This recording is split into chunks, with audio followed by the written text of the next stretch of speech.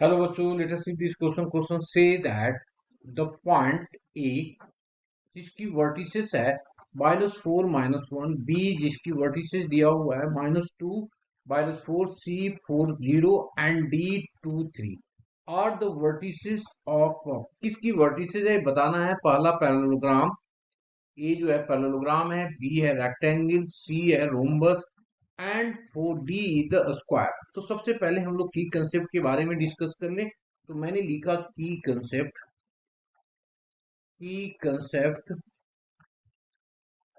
Concept और discuss किया। तो क्या करें फर्स्ट में, if if opposite side are equal, if opposite opposite sides opposite sides are equal and diagonal are also equal and diagonal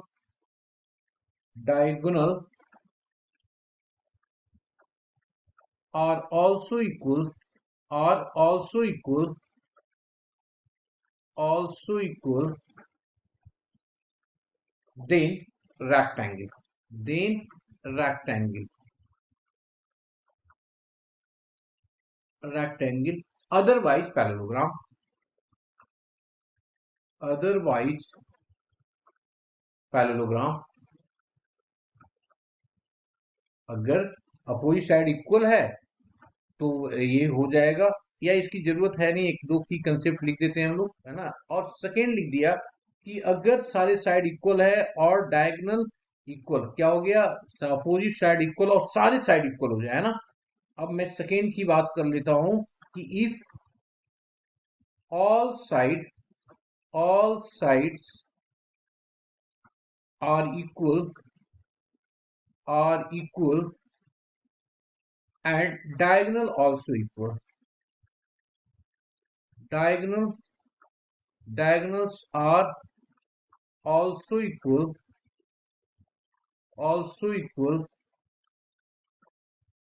then a square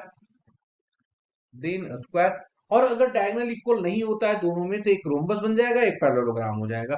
अब इसको करने के लिए सबसे पहले हम लोगों को क्या करना पड़ेगा, हमें साइड्स निकालने पड़ेंगे और उसके डायगोनल्स निकालने पड़ेंगे। तो सबसे पहले जो गिवन है उसको लिख देता हूं मैं। गिवन है हमारे पास क्या क्या जी, ए जिसकी वर्टिसेस दिया हुआ है -1 -4 -1, बी दिया हुआ है -2 -4, सी दिया हुआ है कितना 4 0 एंड डी दिया हुआ है 2 3। तो सबसे पहले मैं निकाल देता हूं ए बी, एक एक करके। ए बी वर्टिसेस यहां दिया हुआ है तो इसको यूज करेंगे तो क्या आ जाएगा, ए बी हो जाएगा हमारे पास -2 प्लस ऑफ 4 का होल स्क्वायर प्लस ऑफ -4 और प्लस ऑफ 1 इसकी होल स्क्वायर।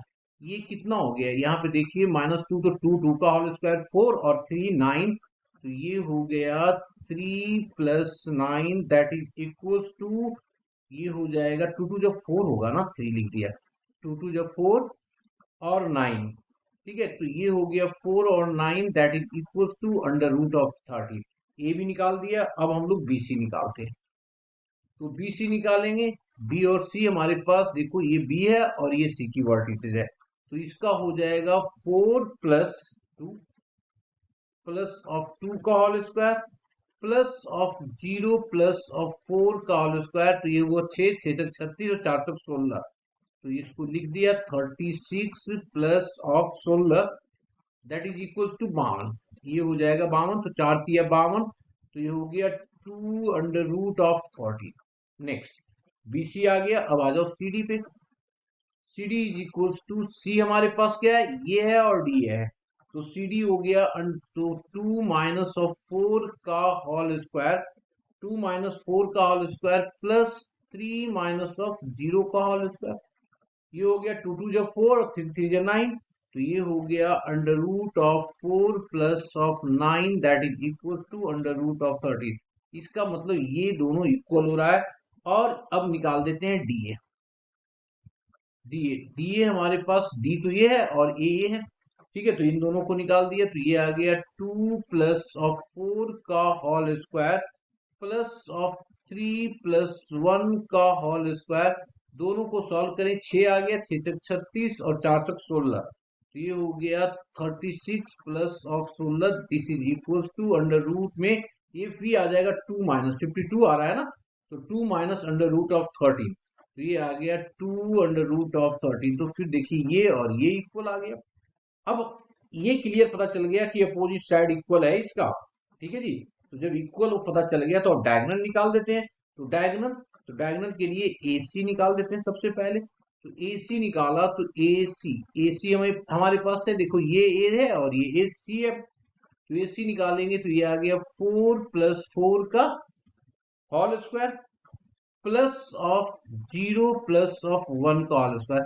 तो 4 4 8 तक 64 हो जाएगा, 64 और 1 65, ये हो गया हमारे पास, ये हो जाएगा कितना, 4 और 8 64 plus of 1, this is equals to under root of 65। Now next BD निकाल दिया तो BD इक्वल्स टू हो जाएगा हमारे पास कितना जी, 2 प्लस 2 का whole square plus of 3 plus of 4 का होल स्क्वायर। तो ये 4 तक 16 आ गया यहाँ पे, और ये हो गया 4 3 7 49, तो ये आ गया 64, सॉरी 65। तो ये दोनों इक्वल है, ये भी इक्वल है, ये भी इक्वल है, मतलब डायगोनल इक्वल हो गया। तो एकदम क्लियर कट पता चल गया कि ये जो होगा रेक्टेंगल ही होगा। क्लियर, तो मैं यहाँ पे लिख देता हूं, यहाँ पे 9 9 9 क्या है जी, अपोजिट